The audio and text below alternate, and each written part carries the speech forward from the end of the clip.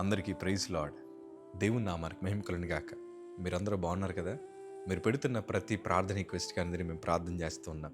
మా ఆశ అంతా ఒకటే, ఎక్కడైతే మీరు తృణీకరించబడ్డారో, ఎక్కడైతే వెలివేయబడ్డారో, ఎక్కడైతే గుండెలు పగిలేలాగిచ్చారో అదే స్థలాలను నా ప్రభు మీ అందరిని హెచ్చించబోతున్నారు. విశ్వాసంతో ప్రార్థన చేయండి. ఘనమైన విజయాలు ఖచ్చితంగా నా ప్రభు మీ అందరికీ దయచేస్తారు. God bless you all. ఈరోజు ఈ వీడియో చూస్తున్న మీ అందరినీ కూడా నా ప్రభు ఆశీర్వాదకరంగా మార్చునుగాక. ఎంతకాలం ఏదైతే శ్రమ అనుభవించారో, ఎంతకాలం ఏదైతే నష్టాల మధ్యన ప్రయాణం చేశారో వాటన్నిటినీ నా ప్రభు ఘనమైన విజయాలుగా నా దేవుడు మార్చునుగాక. ప్రియ సంగమా, నిన్ను నన్ను ప్రభు నిలబెట్టాలని కోరుకుంటున్నారు. అనేక మంది మధ్యన ఆదర్శవంతంగా ఆశీర్వాదకరంగా మనల్ని మార్చాలని ప్రభు ఇష్టపడుతున్నారు. మన సాక్ష్యాలు చూసినప్పుడు అనేక మంది దేవుని మందిరానికి ఆకర్షించబడులాగిన నిన్ను నన్ను దేవుడు నిలబెట్టబోతున్నారు. విశ్వాసం ఉంచండి.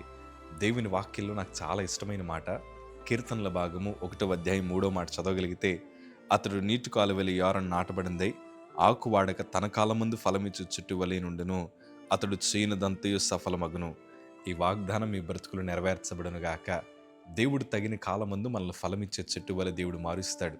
మనల్ని అనేక మందికి ఆశీర్వాదకరంగా దేవుడు ఖచ్చితంగా చేస్తాడు. ఈరోజు పరిస్థితులు బట్టి కలవరపడకండి. కాకపోతే మన ఆత్మీయ జీవితం ఆరోగ్యకరంగా ఉండేలాగా మనం చూసుకోగలగాలి. దేవుని వాక్యలో స్పష్టంగా రాయబడింది కదా, దుష్టుల ఆలోచన చెప్పును నడవక, పాపుల మార్గంను నిలవక, అపహాస్యకులు కూర్చుండు చోటను కూర్చుండక. ఈ 3 నేను పాటిస్తున్న ఆత్మీయ ఆరోగ్య సూత్రాలు. దుష్టుల ఆలోచన చెప్పును నడవక, ఎందుకంటే దుష్టులు వారిని గాయపరచాలని, వారి మీద అబద్ధాలు చెప్పాలని, లేనిపోని నిందలు ఇతరుల మీద మోపాలని రకరకాల తలంపులు మనకు పెడతా ఉంటారు. అలాంటి వారితో అసలు సావాసం చేయకండి. అలాగే పాపుల మార్గంను నిలవక, ఎందుకంటే పాపము లోకాన్ని అనుభవించాలని ఆలోచన మనకు పుట్టిస్తూ ఉంటుంది. పాపం మన శరీరాన్ని సుఖపెట్టేలా కనిపిస్తుంది, కానీ పాపం వల్ల వచ్చే జీతం మరణమే. ఈరోజు మన చుట్టూ చాలా మోడర్న్ ప్రపంచం ఉంది కదా, ఆ పాపంలో మునిగి తేలాలని చాలామంది కోరుకుంటూ ఉంటారు.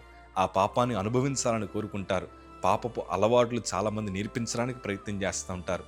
అస్సలు ఆ మార్గాన్ని మీరు ప్రయాణం చేయకండి. క్రీస్తు మార్గంలోనే మనం ప్రయాణం చేయాలి. అపహాస్యకులు కూర్చుండే చోటను మీరు అస్సలు కూర్చోకండి. ఎందుకంటే ఈ మధ్యకాలంలో చాలామంది హేళన చేసేవారు ఉన్నారు.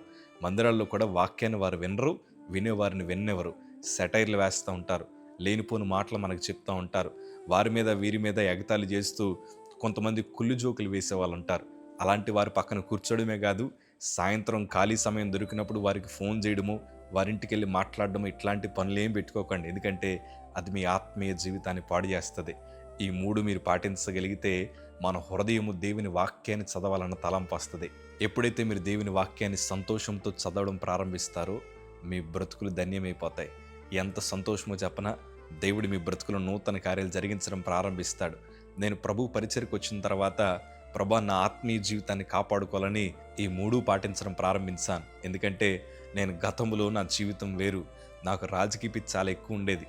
ప్రభులోకి వచ్చిన తర్వాత నాకు రాజకీయంలో ఒక పదవి ఇస్తానన్నారు క్రిస్టియన్స్ తరపున. కాకపోతే అయ్యో, నేను పరిచర్కి వచ్చాను, ప్రభు నాకు ఒక నూతన మార్గాన్ని ఏర్పాటు చేశాడు.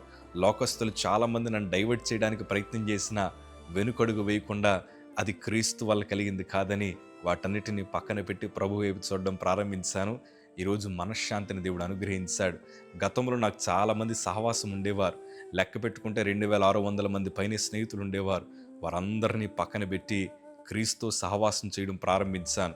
చాలా మోడర్న్ ఫ్రెండ్స్ ఉంటారు, రాజకీయాల్లో స్నేహితులు ఉన్నారు, సినిమా రంగాల్లో స్నేహితులు ఉన్నారు, మంచి వ్యాపారవేత్తలు ఉన్నారు, డాక్టర్స్ ఉన్నారు, ఇంజనీర్స్ ఉన్నారు, చక్కటి హోదా కలిగిన స్నేహితులు కూడా ఉన్నారు. కానీ వారందరినీ పక్కన పెట్టి ప్రభుతో సహవాసం చేశాను. ఎందుకంటే వీళ్ళందరికంటే ఆయనే గొప్పవాడు, ఆయనే పరిశుద్ధుడు, నా కోసం ప్రాణం పెట్టి నిజమైన స్నేహితుడు. ఆయన ఏ మార్గంలో ఏర్పాటు చేస్తే ఆ మార్గంలోనే ప్రయాణించాలని ఆశపడ్డాను. ఈరోజు నా బ్రతుకుని దేవుడు ఆశీర్వదించాడు. 7 సంవత్సరాలు నేను కనుమరుగైపోయాను. ఎవరికీ తెలియదు జోషి ప్రశాంత్ అనే సేవకుడు ఉన్నాడని. మందిరంలో పడి ఏడ్చాను. తగిన కాలం వచ్చింది, ఫలమిచ్చు చెట్టు వలె దేవుడు మార్చాడు. ఇప్పుడు నేను హృదయం మీద చేసుకుని చాలా సంతోషంగా చెప్పగలను, నా ప్రభు నన్ను విడిచిపెట్టలేదు. ఈ సంగమా, ఈరోజు నీ జీవితంలో నూతన కార్యాలు దేవుడు జరిగించాలని ఆశపడుతున్నాడు. నీకుండే చెడు సహవాసం అంతా విడిచిపెట్టే. వారు ఎంత డబ్బున్న వారైనా, వారు ఎంత అందచందాలు కలిగిన వారైనా, వారికి ఎంత బ్యాక్గ్రౌండ్ ఉన్నా అవేమీ చూడొద్దు. వారెవ్వరు నీకు సహాయం చేయరు, నీ ఆత్మీయ జీవితాన్ని బాగు చేయరు. వారెవ్వరు నేను పరలోక రాజ్యం తీసుకెళ్లరు.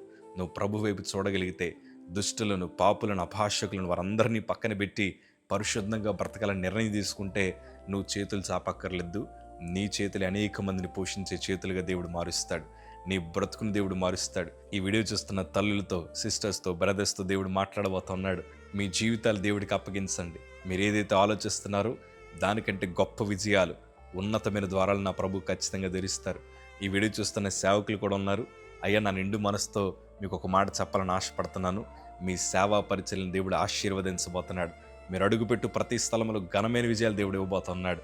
ఈ 2026 సంవత్సరంలో ఈ ఏప్రిల్ నెల ముగించబడే లోపే ఈ వీడియో చూస్తున్న మీ అందరిలో గొప్ప సాక్ష్యాలు నా ప్రభు పుట్టించబోతున్నారు. ధైర్యంగా ఉండండి. క్రీస్తు మార్గంలోనే వెళ్ళండి. దేవుని ఆలోచనలను బ్రతకడానికి ప్రయత్నం చేయండి. ఈ క్షణమే దేవుడు మీ బ్రతుకును మార్చబోతున్నాడు. ధైర్యంగా ఉండండి. God bless you.